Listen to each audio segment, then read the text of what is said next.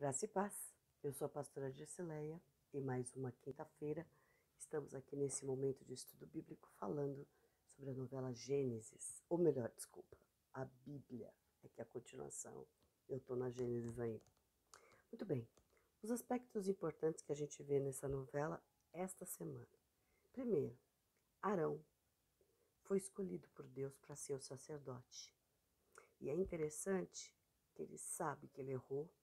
Ele sabe que ele não merecia, mas ele fica surpreso quando Deus o chama. E Moisés fala: foi Deus quem te chamou, é Deus quem está te escolhendo. E aí então ele seria o ministro para esse ofício sacerdotal, escolhido por Deus, apesar do erro dele, mostrando que Deus não olha para os nossos erros simplesmente porque erramos, mas ele olha para o nosso coração. E Arão se arrepende do que ele faz. Ele se arrepende de quando Moisés subiu até o monte para receber as tábuas da lei, ele ter feito o bezerro de ouro. Ele se arrepende amargamente, ele chora e ele pede perdão.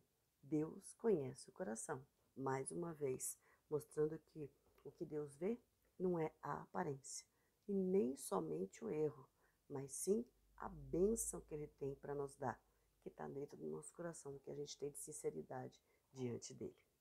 Bom, a gente está percebendo então que Moisés é o mediador entre Deus e o povo. Então ele tinha esse título, né? Ele falava com Deus, ele ouvia a Deus. E o povo ouvia só trovões, relâmpagos, o monte fumegante, a chama, ou melhor, o clanger da trombeta, né? E só Moisés é que conseguia, e o povo mesmo entendeu isso. O povo falou assim: então, tudo que Deus falar para você, Moisés, fala para a gente. Então, fale você conosco o que Deus quer que façamos. Outra coisa interessante, nós estamos falando de um momento em que está mostrando Êxodo, finalzinho de Êxodo, Levítico e Números.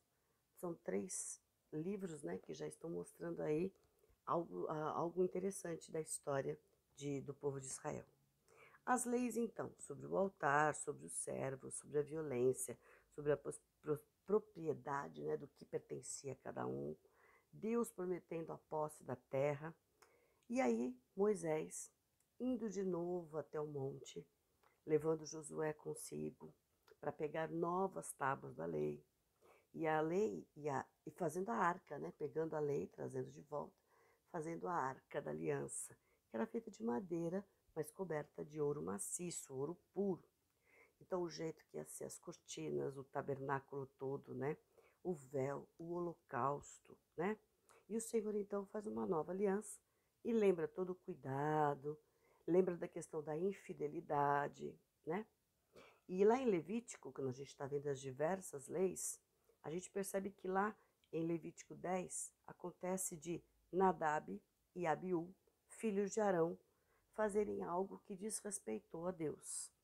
O Senhor mandou, eles fizeram diferente, de qualquer jeito, e eles trouxeram então o fogo estranho perante o Senhor. Por causa disso, eles acabam morrendo, mostrando justamente a questão da infidelidade que ia ser, de verdade, bem observada, né?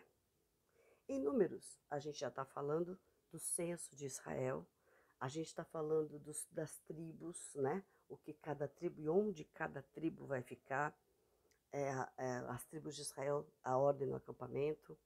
A gente vai perceber que eles, por conta de toda essa questão de desobediência que está acontecendo, eles não vão encontrar a terra prometida tão cedo, eles vão ficar 40 anos ainda no deserto, até que essa geração que foi desobediente morra todo mundo, né? Acabe todo mundo, para que os novos que vêm depois, então, herdem a terra. Então, os rebeldes não existiriam mais. Aí a gente vê, então, que na sequência, os levitas são escolhidos para cuidar do tabernáculo. Na tribo de Israel, a tribo de Levi vai ser escolhida para cuidar do tabernáculo. E depois vem a bênção sacerdotal, mostrada lá em Números, a celebração da primeira Páscoa fora do Egito, né? Mostrando que já tem um ano aí que o Senhor os libertou. E aí vem uma história interessante. Miriam fica leprosa. para quem está assistindo a novela, ela vai praticamente discutir com Arão e eles vão discutir a incapacidade de Moisés em governar, em liderar. Por quê? Porque só ele acha que Deus fala com ele. Deus fala conosco também, né? E por causa disso, por conta de toda essa desobediência, por conta de toda essa dúvida e questionamento sobre a honra de Moisés, a ira do Senhor então se acende sobre eles. Moisés pede perdão, não, Senhor, não faça nada, não deixa acontecer nada. Mas ele fala, então Miriam, você vai ficar leprosa. E durante 7 dias você vai ficar fora do acampamento, você não vai morrer. Depois você volta, para você aprender que não é para desobedecer, não é para ir contra Moisés, né? E aí então a gente percebe que o castigo dela é comparado à impureza de um pai que cospe no rosto da sua filha, né? Então o negócio foi muito sério. Interessante a gente perceber. Então o povo estava vendo tudo isso. A gente percebe isso na novela e a gente lendo a Bíblia, a gente percebe tudo isso também. O povo estava vendo tudo isso, vendo a libertação, vendo que o Senhor mandava o maná, mandava comida, mandava um monte de coisa, mas eles continuavam ainda duvidando de certas questões. E aí, Números 10, a gente vê espias que vão até a terra prometida, veem como é que é a terra, sabem que tem homens diferentes e tudo mais, mas que há uma terra que tem que mana leite e mel. Só que vem Corá e Datã e Abirão, lá em Números 10 fala sobre isso, mostrar justamente a sua rebeldia contra Moisés, né?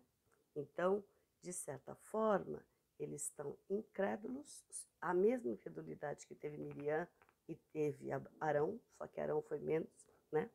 A mesma incredulidade e rebeldia. Nós vamos fazer com que todos acreditem que nós somos os filhos, nós somos os escolhidos, que Deus também age conosco e por nós. Deus também fala conosco. E aí então, Corá e toda essa galera aí acabam sendo castigados, né? E o castigo, eles são engolidos pela terra e eles vão até o inferno. Abre-se a terra até o abismo, o Eol, para que eles de verdade desapareçam, infelizmente morram. Morrem eles, suas famílias e todos que estavam junto com eles aí na pegada. Já tinham perdido uma guerra, né?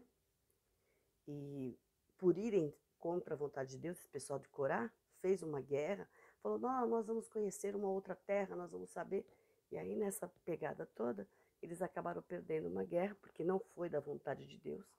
Eles acabaram perdendo e confirmando então quem era de Deus. Então aí vem, Moisés não morreu, Arão não morreu, Corá, Datã e Abirão, sim. A terra se abre, eles caem e eles são mortos aí, mostrando que quem estava do lado de Deus era Moisés. E ao mesmo tempo, ele pede para que façam seus bordões de cada tribo, e aqui florescer é aquela que é escolhida de Deus. E é justamente o bordão da tribo de Levi, o bordão de Arão, que floresce de um dia para a noite, né? Ou melhor, da noite para o dia. Da noite para o dia. E aí você percebe então que ele confirma que Arão é o escolhido para ser sacerdote. Aí vem um novo tumulto. Isso está acontecendo direto. Parece a gente, né? A gente vê o que Deus faz, a gente sabe o que Deus está fazendo, a gente sabe o poder de Deus e começa. Mas não tem água, como é que pode? O Senhor nos tira para quê? O Senhor nos permite, por quê? E por que, que a gente não tem? Por quê? Por quê? Por quê? Ó, presta atenção. Vem então Moisés, fala com Deus, e Deus fala, então fere a rocha lá em Meribá e vai sair a água. Fala para a rocha, sai a água que ela vai sair água. Só que ele ficou muito nervoso, Moisés, nessa hora. Eu imagino eu e você liderando um povo que está reclamando, depois de tantas bênçãos que Deus mandou. Aí então, por conta da raiva, ele bate na pedra. E aí sai a água. Eles bebem água pura e tudo mais. Mas por causa da ira, da raiva, do momento humano de Moisés, Deus fala para ele, por causa dessa sua atitude, você não me obedeceu, você não verá a terra prometida. Pensa que Abraão fica bravo? fica chateado? Ele entendeu que ele fez errado. É interessante isso. Ele entende que ele fez errado, ele sabe que ele vai conduzir o povo até um determinado momento. E o restante, Josué conduzirá. E até Arão não será o sacerdote até o final, né? E aí então a gente percebe que eles sobem, aí na sequência do texto, né? Sobe no Monte Or, Arão morre e passa o título dele, né? Passa o cargo dele, vamos dizer assim, a atividade dele de sacerdote para o filho Eleazar. Eleazar, então, fica sendo o novo sumo sacerdote no lugar do pai. Moisés desce, então, do monte, com Josué, com Eleazar, e aí eles começam, então, a dominar, a conquistar as terras. Gente, esse período é um período difícil, eles tinham que lutar. E a gente começa a perceber que o povo de Israel é um povo guerreiro já. Já sabe lutar, já está se armando, já está. E Moisés tinha esse conhecimento. Então ele vai ensinar Josué e Josué vai ensinar o povo. E eles vão então começar a lutar, a conquistar a terra de verdade, porque era necessário isso. E Deus sempre do lado deles. Então todas as vezes que Deus falava, vai, pode ir, eu serei contigo, a gente vê, né, na palavra, e no filme mostra, na novela, desculpa, os anjos do lado do povo, né? Então eles derrotaram o rei de Arade, e Israel com esse exército forte e valente, e Deus continua fazendo milagres, né? E o povo continua zombando, reclamando. E enquanto eles estiverem lutando, ele fala isso, né? Enquanto nós estivermos lutando, não se esqueça quem é o nosso escudo, quem é o nosso general, quem está conosco. Aí você pode falar, o nosso general é Deus neste momento, tá? Cristo ainda não estava lá. E aí vem, mais uma vez, eles vão derrotar o rei de Esbom, já derrotou o rei de Arade, derrota o rei de Esbom, e os que quiserem podem partir, né? Então, quando eles tomam o lugar, eles falam, olha, quem quiser ficar conosco vai ter que deixar todos os seus ídolos, mas quem quiser ficar, quem não quiser pode partir. Vocês são livres, vocês não vão ser escravizados, a gente não quer fazer ninguém de escravo. E é interessante essa posição também de Israel. E aí então, terminando a novela de ontem, que a gente vai ver hoje já, vem a vitória sobre Og, o rei de Bassã. E aí a gente percebe então os anjos lutando, né? Segurando a mão do inimigo, praticamente, né? Liderando e junto com eles, e eles enfrentando os gigantes e matam os gigantes, eles conseguem atingir os gigantes. E nessa hora, então, Balaque pede ajuda a Balaão, porque eles sabiam da fama de Israel. Eles eram um povo que tinha um Deus que não tinha nome, e eles não falavam, né? A gente sabe que uma das regras é não falarás o nome do teu Deus em vão. Então, eles praticamente não falavam, era o nosso Deus, né? E eles não falavam o nome deste Deus. E aí a gente percebe então que eles convidam e pedem para Balaão, que era um mago, alguém nesse sentido de profecia, que fazia magias e tudo mais, pede para que ele amaldiçoe o povo de Israel. Olha a força que tem neste momento a maldição. Bênção e maldição.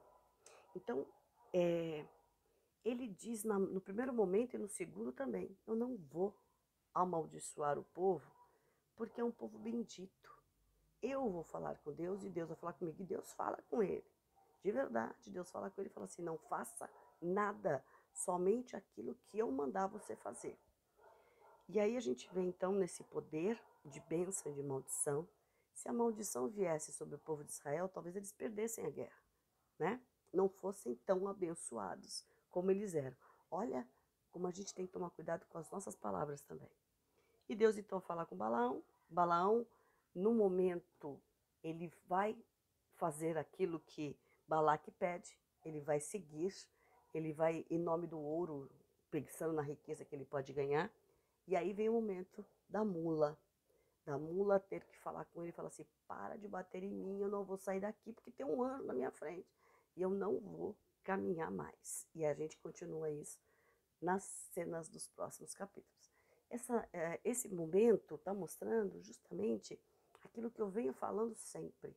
Eles precisavam acreditar no Deus de Israel.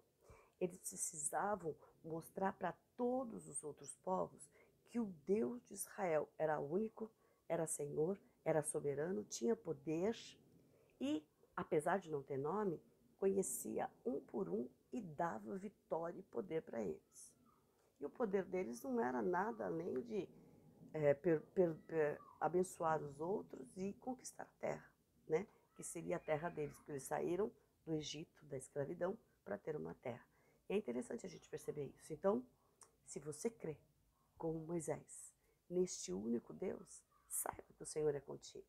Todos os seus sonhos, os seus planos, aquilo que o Senhor te deu, acredite, creia sim, Ele vai te dar, porque Ele está na batalha com você. Ele está na frente, Ele manda os anjos lá lutarem, Ele dá ordem aos anjos, a teu respeito, a meu respeito, a nosso respeito. E nós somos mais do que vencedores. E hoje nós temos Jesus. E por causa de Jesus, nós temos mais vitória ainda, porque Jesus luta também por nós, intercede por nós, como o Espírito Santo, que também está ao nosso lado e nos faz entender e perceber, talvez como Moisés, você não vai receber hoje, você não vai ver hoje por causa disso. Mas a sua bênção vai ser maior neste ponto, neste ponto. Como Arão, eu perdoo teus pecados, reconheça que você errou, eu serei contigo.